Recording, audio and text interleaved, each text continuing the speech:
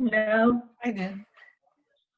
Oh, so Lynn and Mary, you guys are the only ones who had to enter the password. Okay, yeah, it's good to just jot it down and have it handy. It seems kind of sporadic. Sometimes students are required to enter the password and other times they're not. And I'm not sure what the difference is. It looks like Mary and Lynn, are you both on desktop computers? Yes. Yeah, so yeah, I'm not sure what the difference is. Okay, so I think I'm just going to jump right into the lesson today. Did you all get my handouts that I emailed with the grid format Yes. compositions? So yeah, so the first class was really the abstract material was sourced from our inner sensations and feelings inside of our body. And then the second one was sourced completely outside of ourselves based on the shadow pattern that we captured in nature. So today's is kind of going to be a mix of starting with the structure of the grid and then turning more toward our subjective experience to kind of to go off of that. So I've got this week's painting I did on a small canvas, and you can work whatever size you want. Some of you may want to work, you know, pretty large. This handles a really large canvas. It's a great starting point, especially if you just don't have any kind of direction to go with your abstract work. It gives you like a container to add different marks and strokes on top of. So I'm just going to make sure you're all muted, and feel free as we go to unmute yourselves and ask any questions. And also remember, you can also type into the chat box on the right if you have any questions or comments. Okay, so I'm going to get my videos up here.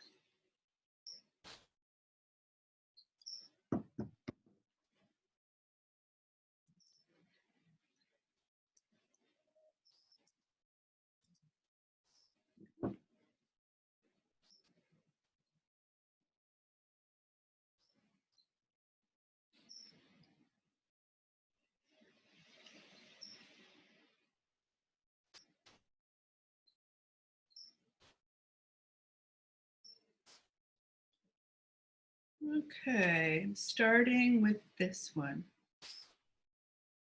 So I'm circling the grid design that I'm going to use. It's another square, and I have a square canvas, but you can actually adapt one of the squares to a rectangular canvas or one of the rectangular compositions to a square. And I did this over the Easter weekend, so I'm using kind of Easter colors. And you'll notice, once again, I've used one of my gessoed little masonite panels as my palette, because then I'll smush all my leftover paint onto that, and I'll have the basis for another abstract painting. So I'm just going to paint in the shapes here with the brush. And you can be as exact or as loose as you want. To be quite honest, I'm not a grid type person. I'm much more of an organic, free-form kind of a painter. And this is always a challenge for me, but I like to offer it to the students because a lot of you, do well with kind of a more formal structure. And so,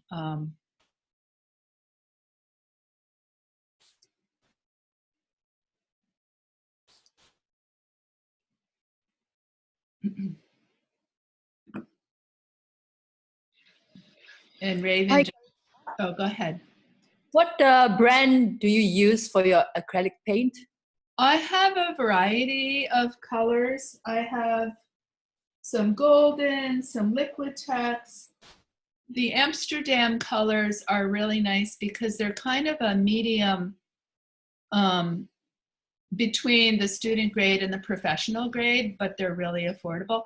By the way, a student emailed me yesterday that Art Essentials is open from 10 to 4 or something. So, I mean, I'm not going to go shopping there, but if you're feeling brave, you can go to Art Essentials. Um, to be honest, I usually shop what's on sale. So I like to actually go into the store normally and see what's on sale and then shop the colors I like. Today, I just placed an order on dickblick.com and I ordered a set of high flow fluid acrylics by Golden. And I ordered a set. Stuart told me about the acrylic gouache. So I ordered a set of those because I want to play around. And so they kind of came in a set of different colors. The acrylic gouache was a lot of primary colors, and then the high flow acrylics were kind of a mix of different, like there was a quin gold and a magenta, a burnt sienna. It was like a range of colors. But yeah, I just keep adding to my palette with different brands and different colors. So yeah, it doesn't really matter, right? it doesn't really matter. The cheaper, here I'm mixing up a light blue by adding some white to my blue. This is just kind of showing you that you can mix up your colors. The cheaper paint is going to have less pigment in it, and you'll have to kind of work it more to get good paint quality. You know, the higher grade of paint, the better coverage you're going to get. So that's the main thing. Sometimes it's worth to spend a little more, and it's highly, it's more concentrated. So.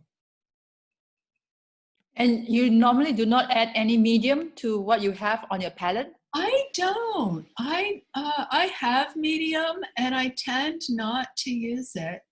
I like to add water sometimes, but yeah, I don't tend to use medium much. I guess I should do that more. Do you like to use medium when you're painting? I use a lot of medium. You do, yeah. Yeah. Yeah, so everybody has their own way. And it's good to try different things. The next time I get my acrylics out, I'm gonna add medium to it and experiment with that. So thanks for the reminder. So I'm doing that little triangle shape, and I don't have my colors pre-decided. I'm kind of figuring out as I go, but you'll notice I did the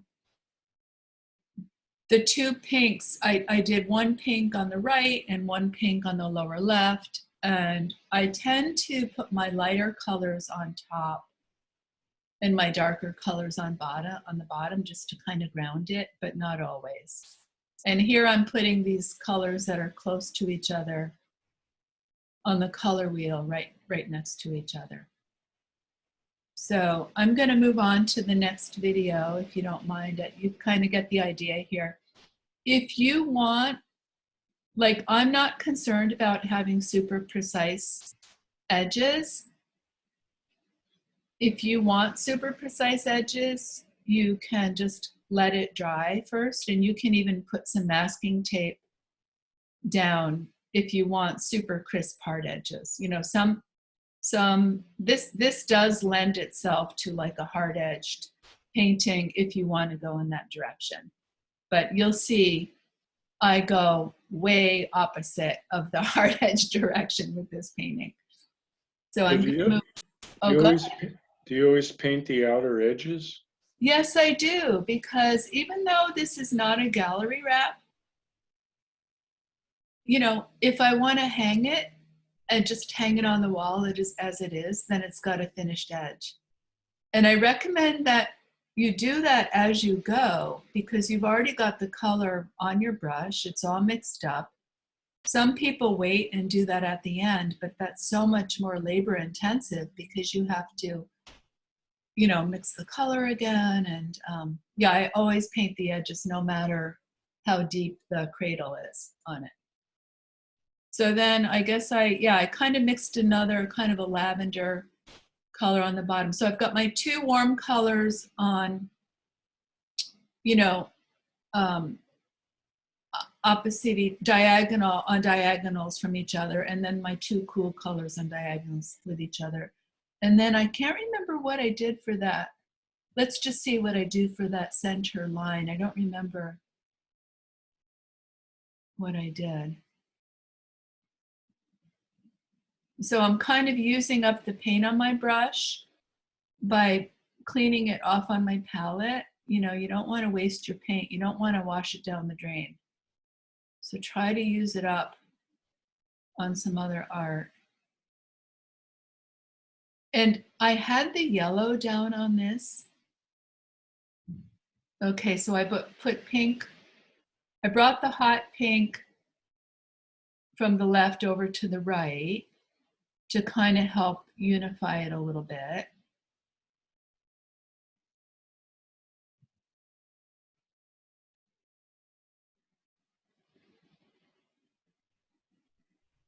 Getting my brush cleaned off.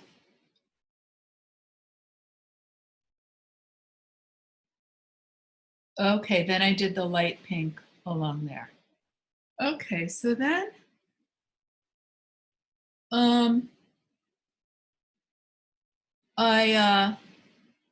I guess that was in the last video. While the paint was still wet, I had done this kind of curvy, I had done this curvy mark with this curly Q thing to kind of break it up. And the paint is still wet here, and I'm deciding to smear this around. So you can see I'm losing my grid. I'm just not really comfortable with those hard edges. It's just not my flavor. So I'm kind of trying things on here and just playing around with my finger to try to soften the edges. And this is where, you know, so now I'm kind of going more in an intuitive direction with this.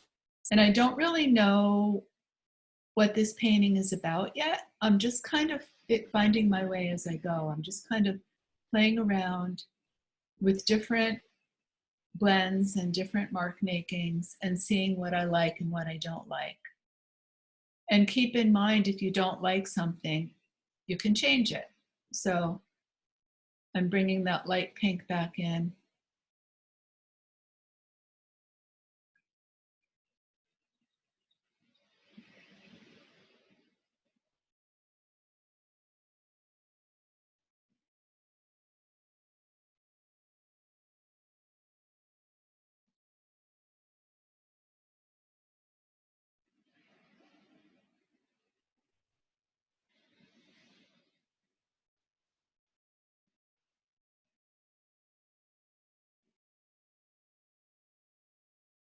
So I didn't like that, so I'm smoothing it back out again. You know, in this process, you can kind of try things on and see what you like and see what you don't like.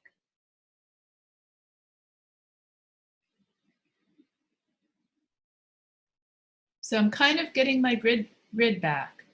And every time you do this and you bring more color back on, what it does is it enriches the surface. It makes it adds to the paint quality. You know, it builds up the surface and it makes it really rich. And so it's not a waste to be doing that.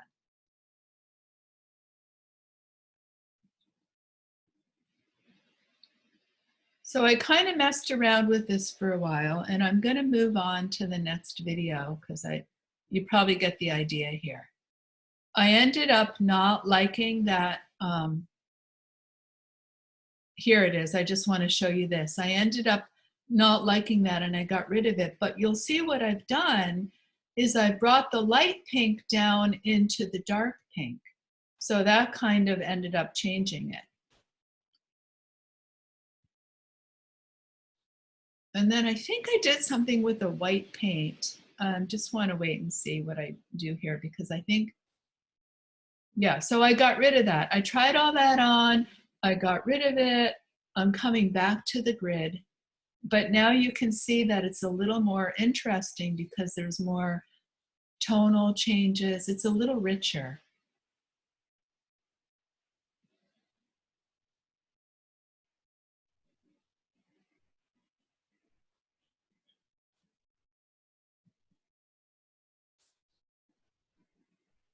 And I'm bringing that light blue down into the dark blue as well. So the colors are starting to kind of get a little less distinct from one another.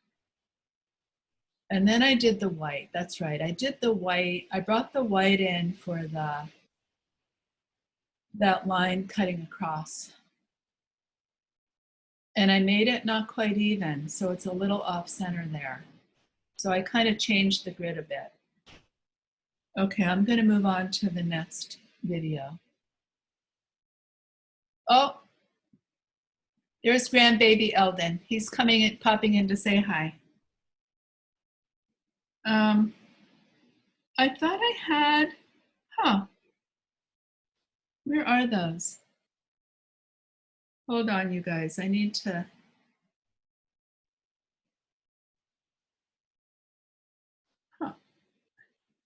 Okay, here we go. So you can see, so there's my painting on the left, and you can see I really ended up mushing it together a lot more with the white and the color, and this is turned upside down. So now the darker pink is on the top. I kind of liked it better that way. And here I wanted to show you some techniques for mark making and building up another layer. So I let that all dry. And a couple weeks ago, I showed you how you can use a credit card to swipe the paint across the page. And this is another way to use your credit card along the edge. You kind of want to get your paint a little watered down like that, or add medium. And you can use the edge of the credit card to create some interesting marks. So Stuart, or somebody asked last week about, do I start dark and add lights? And yes, sometimes, but you can also start light and add dark. So this is a really good example of putting dark paint on top of a light surface for your next layer. And I'm keeping the dark blue marks on the areas of blue. So now my grid has just become this kind of general diagonal design where there's a pink diagonal and a blue diagonal, and there's a little bit of a constricted knot in the center.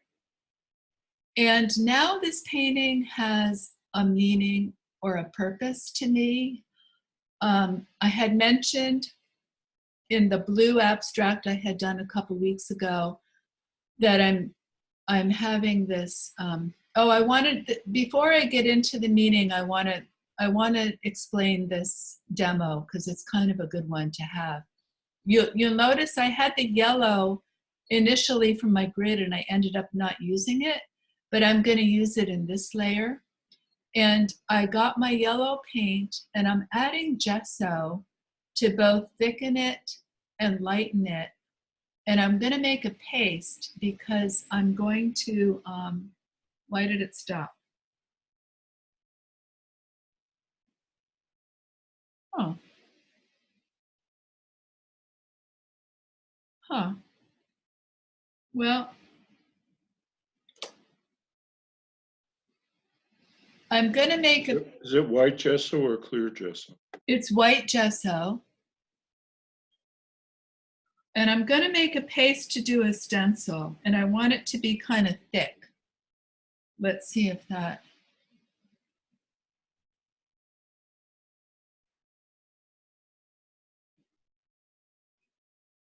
Oh, I guess yeah, there's a break. Huh.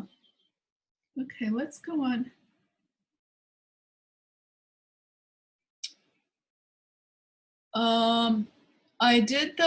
I guess I didn't show those little turquoise. I did some little turquoise marks on the ends of some of the blue edges with a brush. Now here I am, I'm using just a putty knife, and I'm applying the thick pasty paint on my stencil, and I'm lifting it off very carefully, and it creates it's like kind of an impasto. It's pretty built up. And I'm repeating that diagonal, like how I have the blue over the blue. I'm putting the yellow stencil on top of the pink. But it makes a really nice textural effect. And this particular stencil kind of looks like Easter eggs, which was my kind of theme. And I brought in the yellow. Okay, so I think we're done with that one.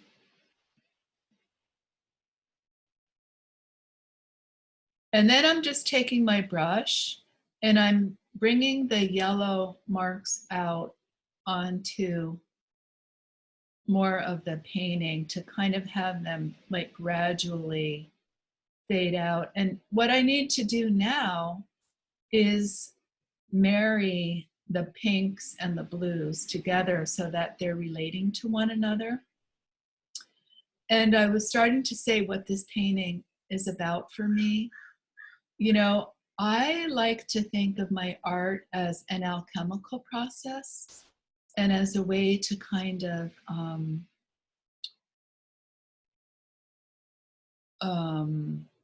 transform or shift things that are happening in myself or in my life, or just an expression of the, you know, like a symbolic expression of what I'm going through. And I think it's really important to have that personal connection with your painting. And the more you can do that, it's just going to be much stronger. So I was mentioning a couple weeks ago, the blue painting that I did was about how I've been like at night having problems fully breathing into the back of my heart, and I feel like there's this opening happening in the back of my heart. So this painting kind of came to symbolize to me the knot or the blockage in the back of my heart, and that's what the white constriction is in the center of the painting between the blue and the pink and yellow. So it's kind of a way, and actually it's worked. It's been healing that blocked breath, and I feel like it's opening up a lot more. So, you know, and sometimes you don't really know what the painting is about, and it will reveal itself to you either part way, like either toward the beginning or in the middle or toward the end, or even sometimes when you're totally finished with it, you'll realize what it was about. So here I'm kind of taking the brush and just starting to blend a little bit the dark blue and that light turquoise color, just so they're not so, it's kind of helping them merge a little bit with the background.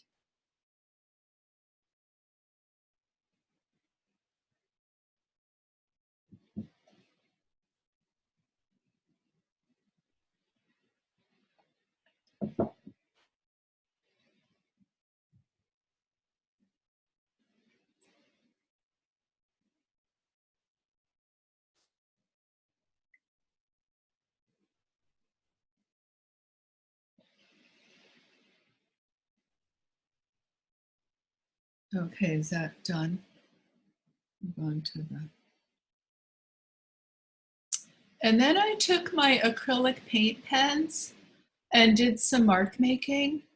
I just put some kind of marks around some of the yellow shapes. And it's nice to get a variety of marks and brushstrokes on your canvas for visual interest. And again, this just kind of helps weave the elements together.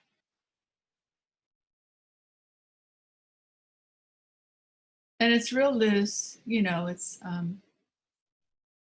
not precise or anything.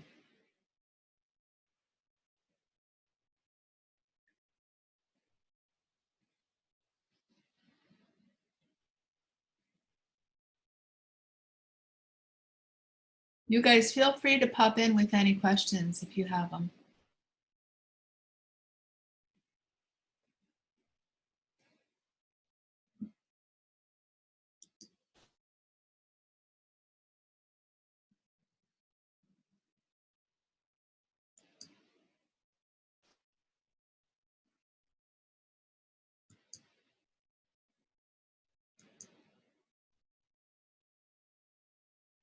I can't remember if I talked about paint pens yet.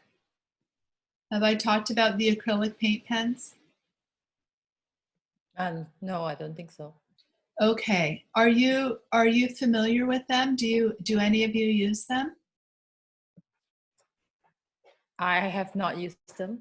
Okay. Well, they're really excellent for mark making and for detail work. It's basically just acrylic paint in a marker form. So here I am making another kind of a mark with a peach color. And again, to kind of, you know, to kind of merge. I'm wanting to unify the pink and the blue a bit more so they're not so separate from each other. But anyway, the acrylic paint pens are a great tool to add to your repertoire. And I have Moloto and Posca are the two brands that I use. Here I am going with the yellow and doing another kind of mark making.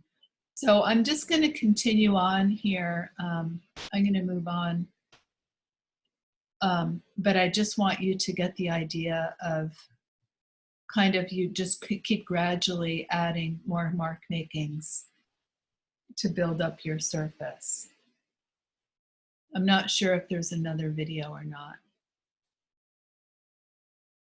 And then here's the finished painting.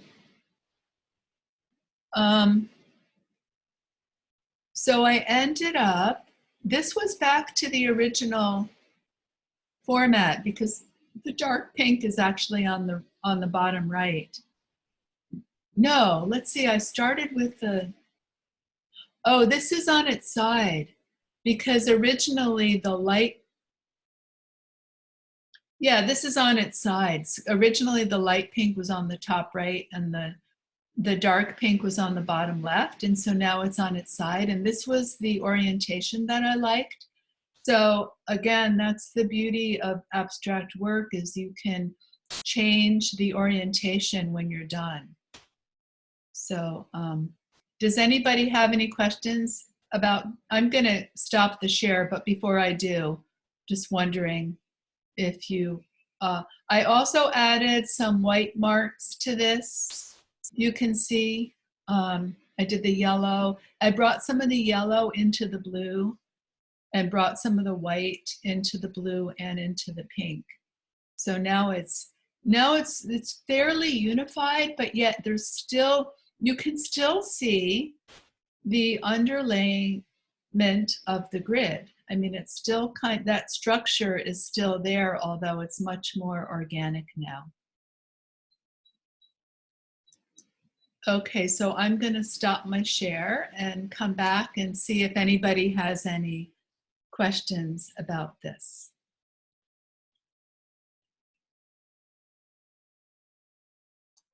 Where do you I have a more general, oh wait.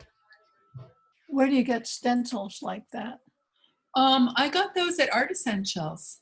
Okay. They have a pretty nice selection of stencils. Michael's, I'm sure, has a good selection. And I'm sure you can order them online, like at any art supply store or craft. Okay. My question's more general.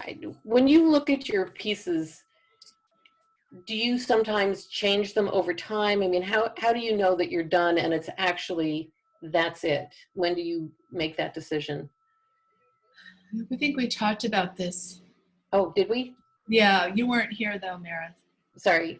That's okay. Let's review me. that again. Let's review that again. Well, Stuart had a good comment, was if you even ask yourself that question, is it done? That should be a cue to stop and at least take a pause and take a break from it and live with it for a while. And that's what I did. I hung out with this piece I did some yoga stretches and stuff while I was looking at it, and just kind of hung out with it for a while. And, you know, it will kind of speak to you if you listen. But the other thing you can do is, you know, if in doubt, don't do any more work on it until you are clear about what else you want to do. And so a couple of things, you can either get feedback from somebody in your household or a friend, or you can bring it here to class to get feedback. But one way that I approach that is to look at the piece and see if there's anything about it that I don't like. If there's an area that I just am not happy with, then that area is wanting more work on it. Okay. And once you get to the point where you look at it and there's nothing that stands out that is saying, you know, Yeah. I don't like this, then you're good to go. Okay.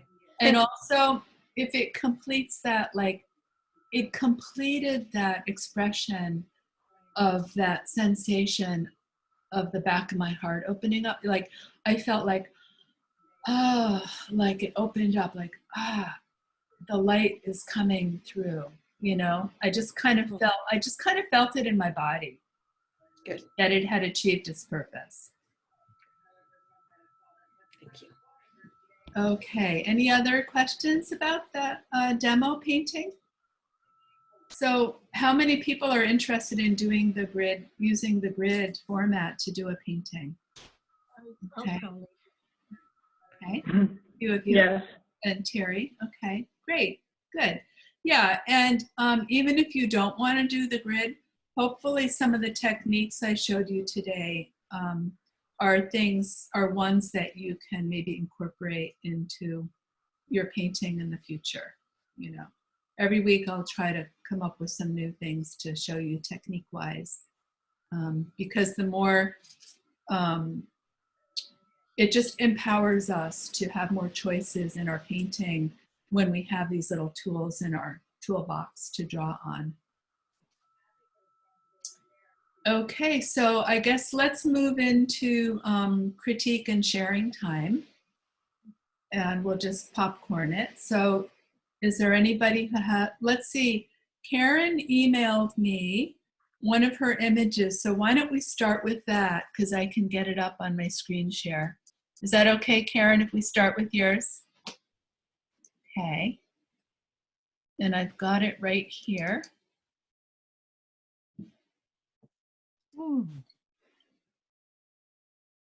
All righty. So this is a new painting, right? This isn't the one you showed last week. Yeah, I just did this just within this last 1 week. Yeah, with this recent painting, yes. Okay, so do you want to tell us about it? It's very rich. Yeah, I was down in my garden and just trying to get some inspiration, to be honest.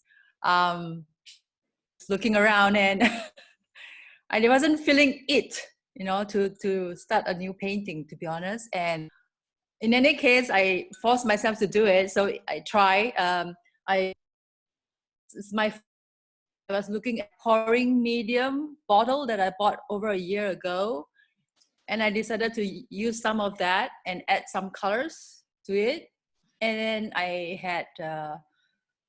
went with my, whatever, like you call it, I just went with it. So I put orange, I put yellow, and some navy blue and raw umber, and then I put some pouring medium to it, and I started to blow with my straw, mix them and blow with the straw, and I wasn't thinking. And I added Floetrol on it. So to be honest, there was no system. Then I found that it was very thick, so I started to scrape the paint out, and of course with an objective of trying to get some patterns out of the piece. And to cut the long story short, I let it dry. Next day I added some burnt sienna purple, and then a few hours later when it dried, I didn't like it still, so I decided to sprinkle the white. That's it. All right. Well, yeah, all those layers make it super rich and mysterious. And you've got the complementary colors of the purple and the gold, which, you know, adds vibrancy to it. Does this painting have any specific meaning to you, or is there a title, or is there? Yeah, I actually posted it on my Instagram, and I call it The Unknown. The unknown, because we are in I felt that everything is so unknown. Where we are heading is so unknown. Yeah. Yeah, so I called it that. And the one thing for me personally that is known is the one above, you know, God, the divine person. Yeah. But everything else is unknown. So I Yeah, call it kind of reminds me of that concept that order comes out of chaos. Yeah. And that's kind of where we are right now. I think that's great. What a great expression of the kind of collective consciousness right now. Yeah. Oh, you're muted. You're muted, Karen. Oh, sorry. So to be honest, in the end, I actually like this piece in the end. Uh-huh. I think, yeah, I like that, the color mix, and of course the energy in it. Yeah, there's Yeah. a lot of energy. And you have good contrast, you know, not only in the complementary colors, but also in your values, because you've got the black and the white. And the black underneath and the white on top. So it's pretty dimensional. Yeah. So I didn't use black, but with the blue with the raw umber, it became black. But yes, yeah. I have no idea. They have no idea. All right. I'm just gonna mute Mary because I can hear her. Thank talk. you. I really want to get out, get out of Dodge. So I'm trying to find Meredith to mute her. There we go. Okay, excellent. Well, thank you so much, Karen. Does anybody have any feedback? I really like the upper left. The orange yellowish really looks like sponge, like you applied it with a sponge, or there's a sponge-like quality to the marks there. It's not just, like a solid line. I don't know how else to describe it, like little globules of color that have a lot of. Was that from working very wet, Karen? Yes. It was very liquidy. Fluid, yeah. Fluid. At the same time, I was just going about, trying to figure out the texture. I was discovering the texture, so I might have used also, like, I scrunch up paper towels and just dab on it. Uh-huh. Yeah, that's a nice way to get some textures with the dabbing the paper towels. Yeah. Great. Any other comments on this painting? It kind of reminds me of the one you brought last week. You had kind of a drip painting with blue, I think, on it. It's kind of similar. Is that, do you like to paint in that fashion? I actually enjoy the mix, not completely Polak style, but I like to end it with that drips and Good. flashing. Did you Yeah. say you were going to try the grid? And I was thinking of the grid even before this class that Okay. maybe I should Yeah, because try to do some grid. it's going to be such a different experience for you. Yeah. Yes. It's like the opposite, right? That's And correct. I think it will be good for you to experience that. Yeah. But my reaction is I can see a grid pattern here. Sort of, I'm imagining or Yes. superimposing in my mind a grid pattern, which is the opposite of yours, which started with a grid pattern and became, Yeah, you lost the grid pattern by the end of it, yeah. in my eye. That's a good point. It's the reverse process. The grid was created the order was created out of the chaos. Great. Okay, thank you. Okay, does anybody else have okay, Mary, you're up next. So remember, you can put her on speaker view, and then you can pin her video so that she will stay in the big screen the whole time so we can see her painting. Okay, Mary, do you want to tell us about this? This was the assignment. You had us trace shadows. Uh-huh. Remember? You did Yeah, you did the shadow design. It's beautiful. design. And then I couldn't find my inks. And when I finally found some, there were only a few colors. And I used the colors I had, except the yellow, which was acrylic. But then I used yellow a couple of days later, watercolor for the background. I love it. It's gorgeous. I love the blue, the range of violets that you have, the blue, violet, and the purple.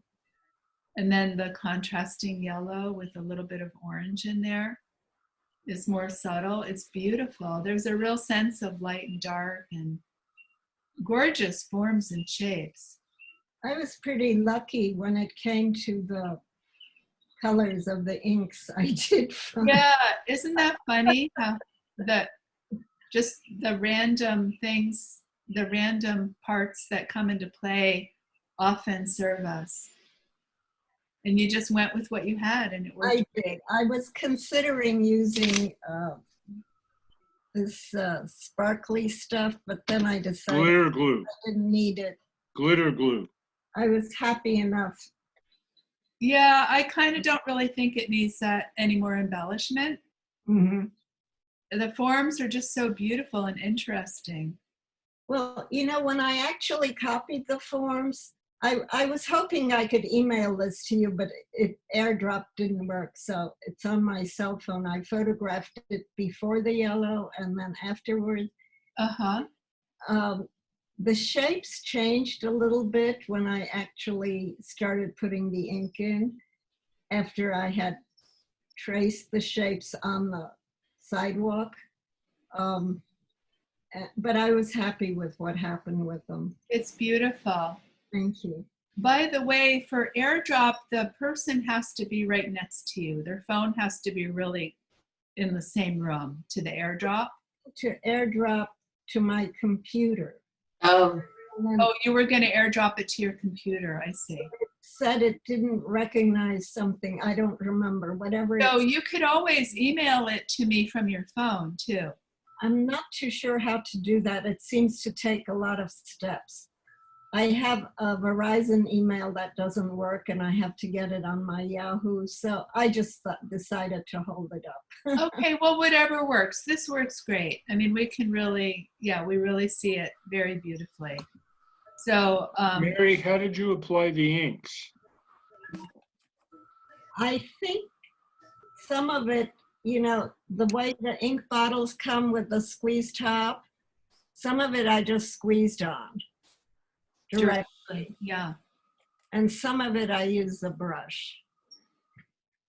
I think the darker might have been the squeezed on. Uh-huh.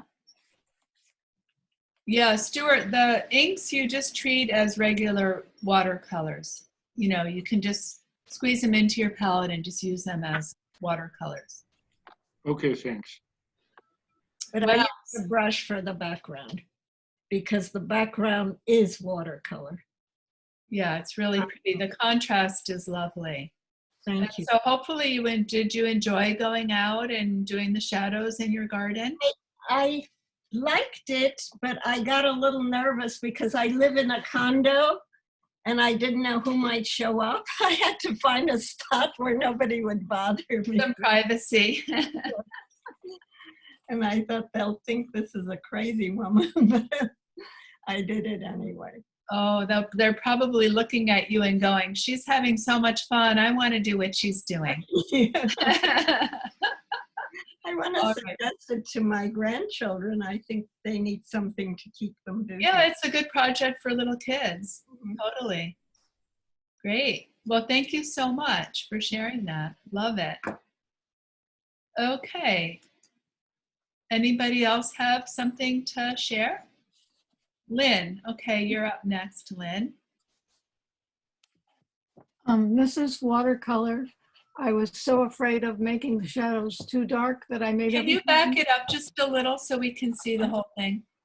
Okay, great.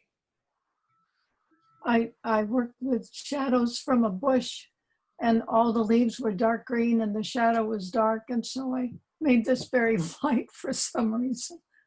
Can you lift it a little bit, like an inch? There we go. Oh, it's bigger than it looked before. I really like this painting, Lynn. Thank you. It's very interesting. I mean, you have a sense of a garden, but it really does get so abstract. But you've got that one flower, you know. And you got a purple bird in the center too. Yeah, you can see different shapes in it. I mean, the flower gives the viewer, you know, the hint that, okay, this is a garden, but yet it's just so whimsical and freeform. You've got a nice flow of colors and yeah, it's lovely. Thank you. Any comments, you guys? What was your medium? Watercolor. Yeah, can you lift it an inch or two? It keeps falling. Is there any way we can get her on the big screen? Stuart's on the big screen. Well, so Mary, you have to find Lynn in her little box. Okay. And there's a little blue box with 3 dots. Oh, I see it. If you click on that, there will be a drop-down box and it says different things. As chat. You want the pin, if there's some kind of a pin option. Oh, yeah. So Now- click on pin.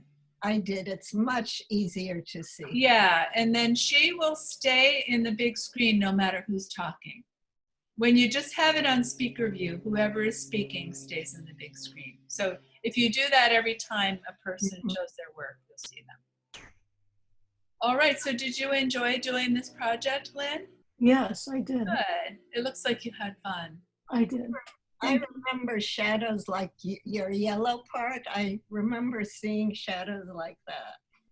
And it's interesting you made them yellow. Yeah, she made the shadows yellow. Lovely. And have you worked with watercolor much? No, Well, good. So how did you enjoy working with watercolor? it was fun because I had to learn how to not just make dark streaks and to lighten it more and keep a shape in one color.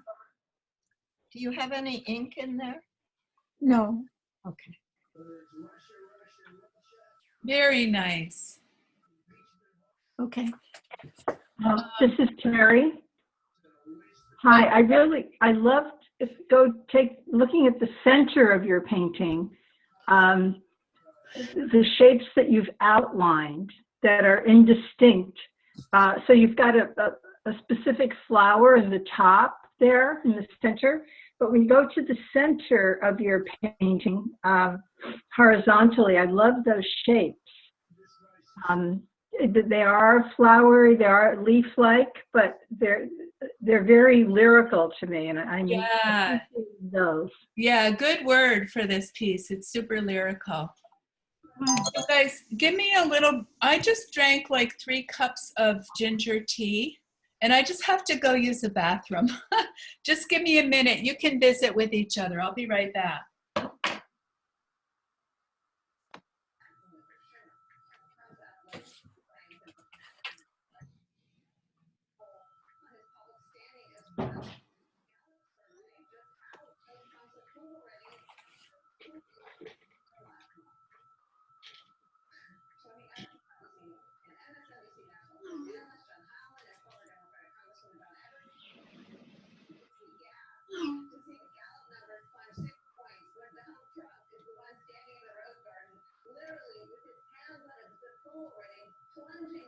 Can people hear me? No. Yeah, I can hear you. I found some little ones. I'm wondering whether to paint over them. They didn't seem that exciting to me. Any feelings?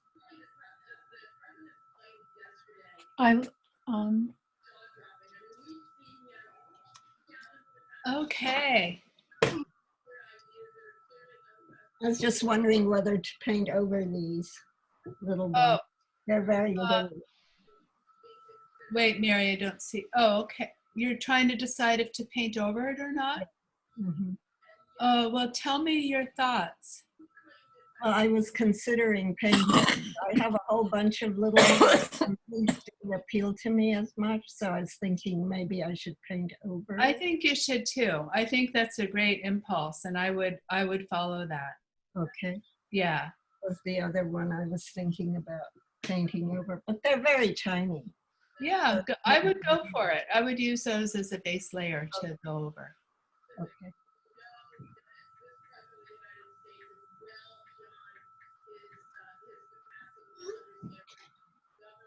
It's just I don't remember whether they were oil or acrylic, and so I'm not sure what'll happen if I haven't been using oil for a long So time. if you just, well, just use acrylic and you won't go wrong. Yeah. It may be oil already, and then Oh, if I put then acrylic, just use oil. I know. Then forget what I said before and just use oil, because if it's acrylic, the oil won't be a problem to use oil if it's acrylic or it's oil. Okay, does anybody else have any paintings to share with us? Yes, this is Terry, Hi, Terry. and I use a stencil, and then got glittery. Let's see if this. Let me see if I can see myself on here. You're hard to understand for some reason. Yeah, Terry. You can look in the center. There's this really deep stencil. And the painting Yeah. is very low down. So ignore this piece over here. If you can look up in here, there's this stencil, which is a lot of fun. I don't know what to do with it. I think I should, I don't like the iridescent Can part you of it. guys see And her? of course, this archway. So my question Oh, it's frozen. is, Her image is frozen. Yeah, what- Terry, can you pause for a second? There's something wrong with your internet connection, and you're frozen, and your voice is really muffled, so we can't really see or hear you.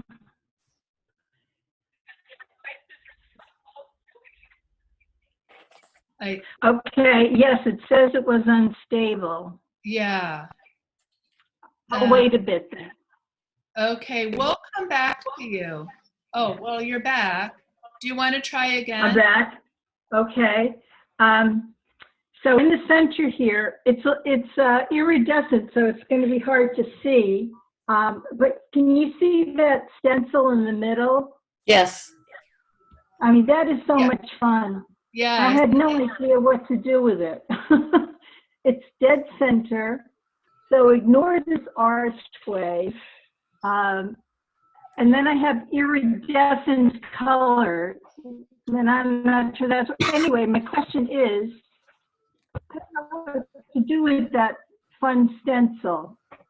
I'd like to see it kind of integrated into the piece a little more.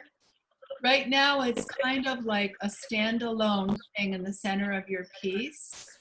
And I think, Absolutely. yeah, so I think if you could take some of those markings and those shapes and maybe using a paint pen or a brush, extend them out into the field a little bit more, kind of like how I did, you know, on the demo I showed today.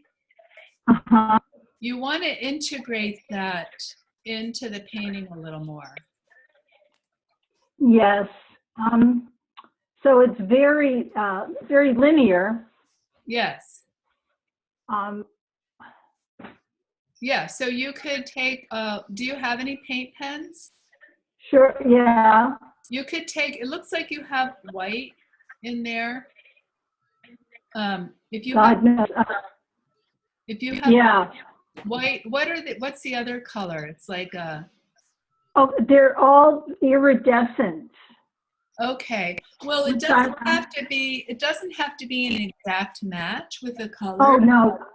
But if you get something similar and just hand draw out some of those, you know, those linear lines and just bring them gradually out to the edge of the painting, really kind of gradually. And, oh, stop.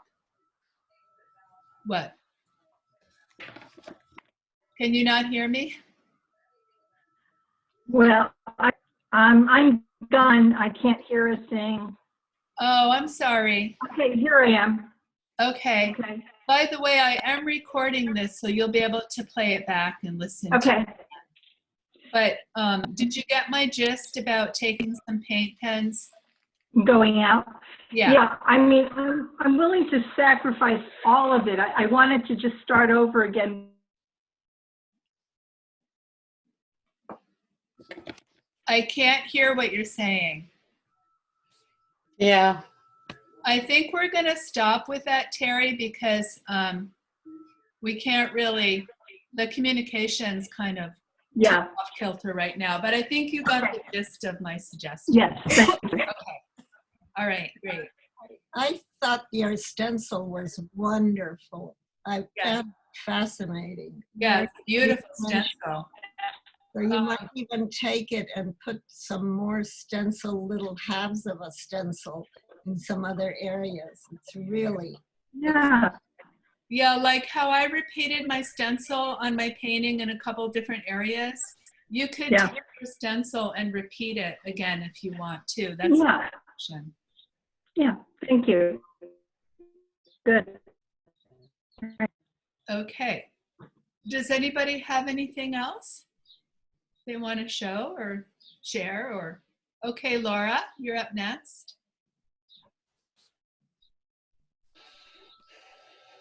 Okay, so I will try to do the share screen. Great. Let me know if you need any guidance on Yeah, that. you have it locked right now? Oh yeah, let me do that. Sorry.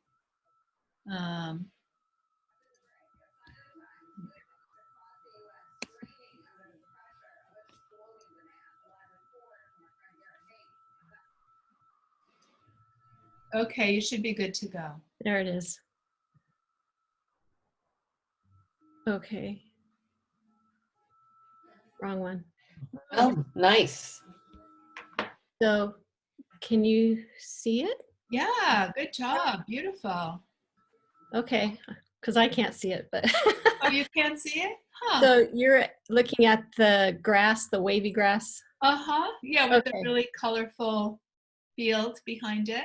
Yeah, so I traced shadows of grass, a potted thing I had. And then I realized, oh, it's really hard to paint in between all those things. So I decided to just make it a texture. So I I painted on the grass forms in glue to make it a raised. Oh, that was a good idea. And so then I let that dry, and it was Easter, so I wanted it to be bright, which is not my style normally. So I looked at a Joan Mitchell painting Oh, for I love her. color inspiration, Nice.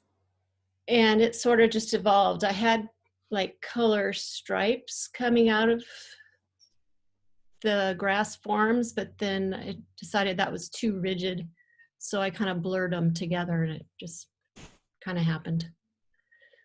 That's gorgeous. Yeah, I love it. And I love the, you know, the way the grass came out, the grass shapes.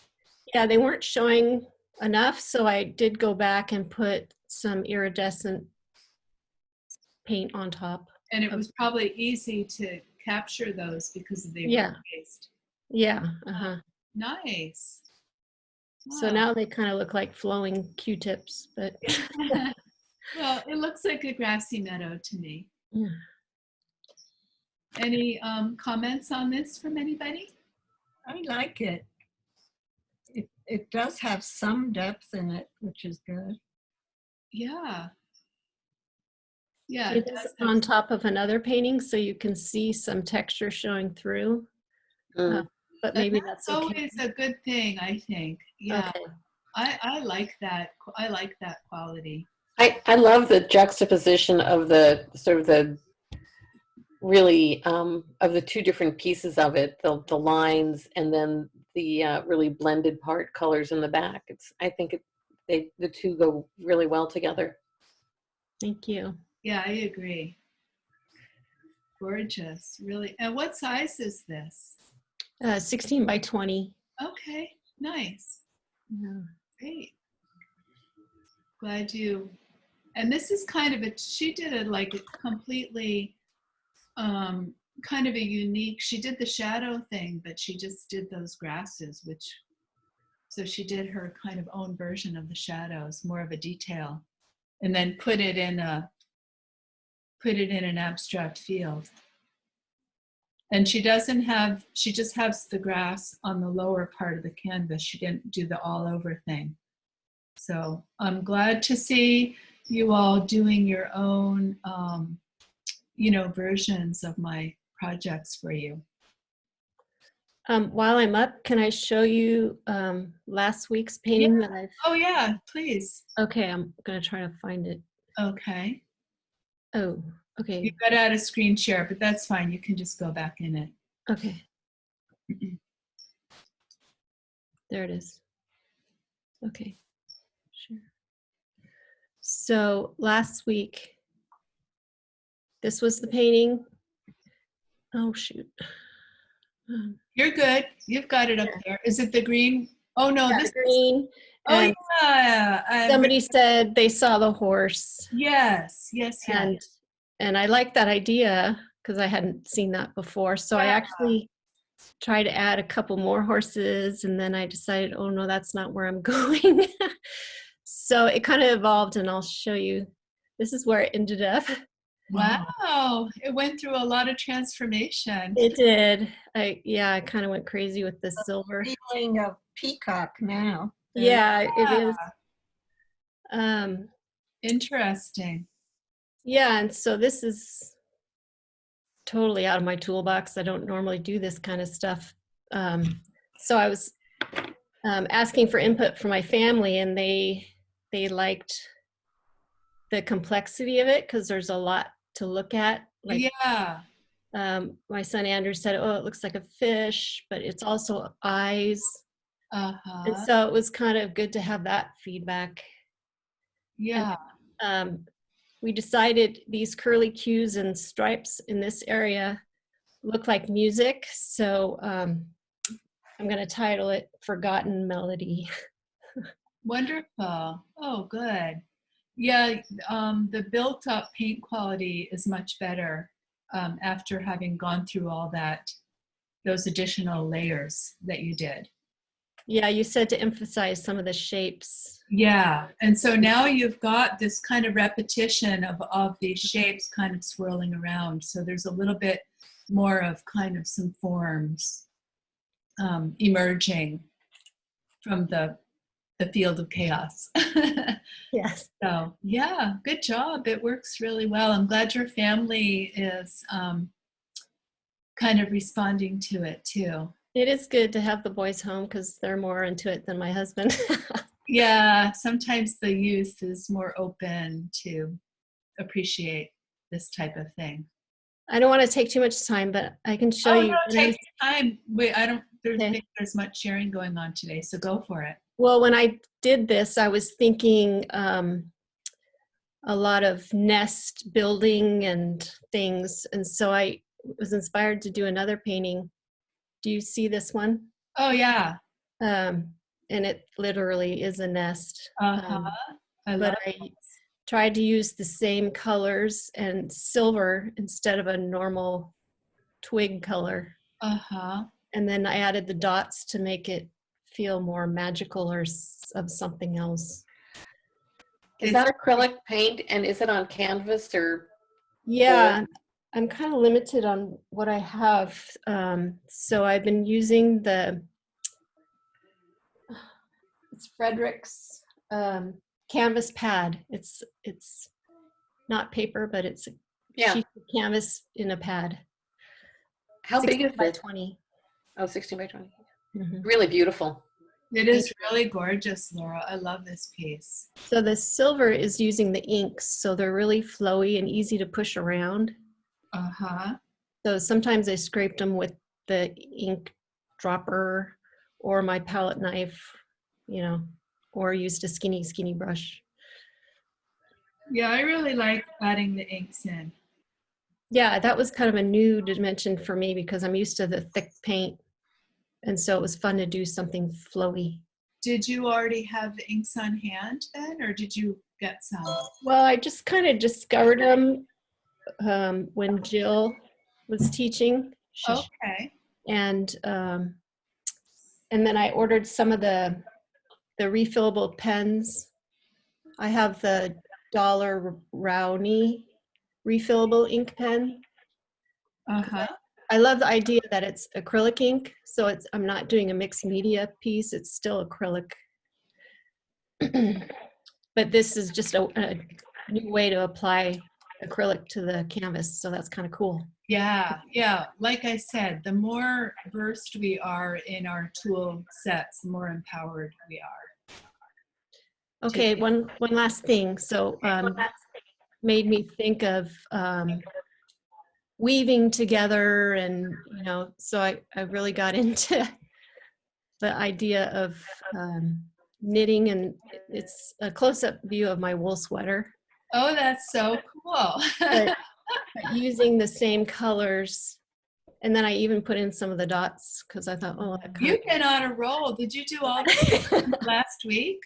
This is all last week. Yeah. Wow, you're like on fire. Well, it's great when we get takeout, so I don't have to go to the store and get dinner. Well, you're free. You're liberated from the duties, so you get to be an artist. I know. It's hard having the boys back home because we're used to being empty nesters. Yeah, I know. That must be a big change. So anyways, this was fun. And somebody said, did you start with black, Laura? No, this one, I was trying something new also. I had the masonite wood boards that are prepared, pre-gessoed from ampersand. Okay. And so it's a different surface. I love canvas and scratching, but this was a very smooth surface. And so to give it texture, let me see what it's called. Here it is. I had ordered from Jerry's Artorama this Liquitex Black Lava. Can you see it? Oh, okay. I know I'm not familiar with that. Yeah, it's a medium. Black lava. Cool. I'm gonna write that down. It's It's like little bits of black sand in Oh, in the wow. medium. And so when you open it up, it has this foil circle. And so I actually used the foil circle to press these yarn stitch shapes on the smooth board, and then let it dry, and that gave me something to start with. Great. That was very, very innovative. And good to know about the black lava too. Thanks for sharing that. Yeah. And Okay. how big is this one? Well, I've been doing all 16 by 20 Uh-huh. flat Great. boards because I find it's easier to store. Yeah. I'm having a storage issue. I know.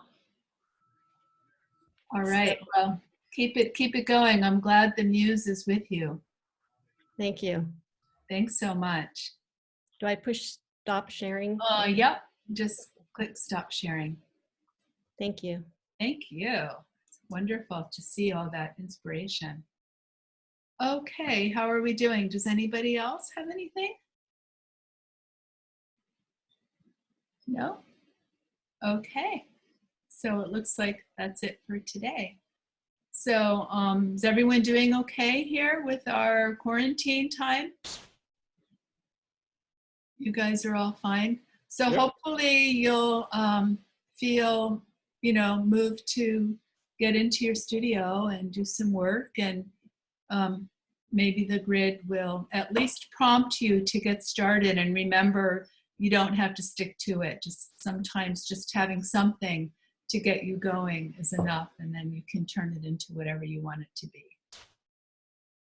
Thank you. And you're welcome. And yeah, haven't really come up with, since I didn't have a syllabus pre-organized for this, I'm just kind of doing projects as they come to me, but I just want to give you this opportunity to put in any requests.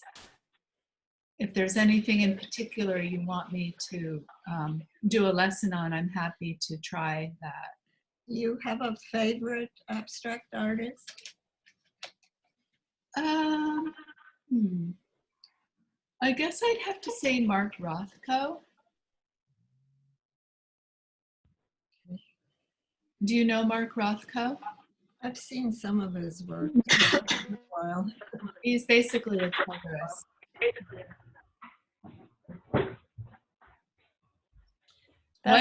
Why don't we all tell each other who our favorite, if we have a favorite abstract artist? Do we want to share that now?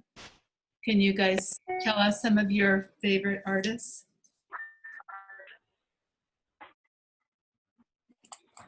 Well, I really like Rothko also, and I have the painting after Rothko.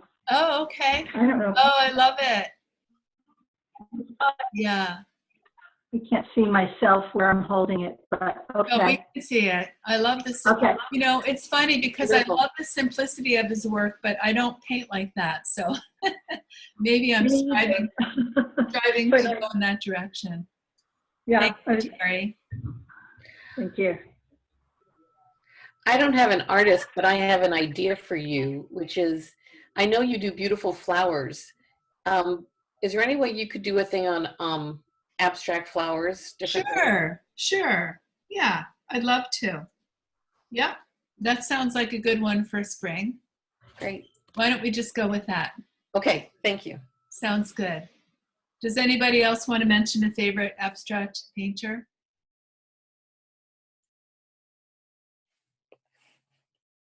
Okay. Oh, it looks like maybe Valerie's gonna chime in. Okay, you're unmuted, Valerie. Did you want to tell us your favorite? Two completely opposite ones. One is Joan Mitchell. Oh, I love her too. And the other is Ben Newman, completely opposite. Okay. Cool. Thanks for sharing that. You're welcome.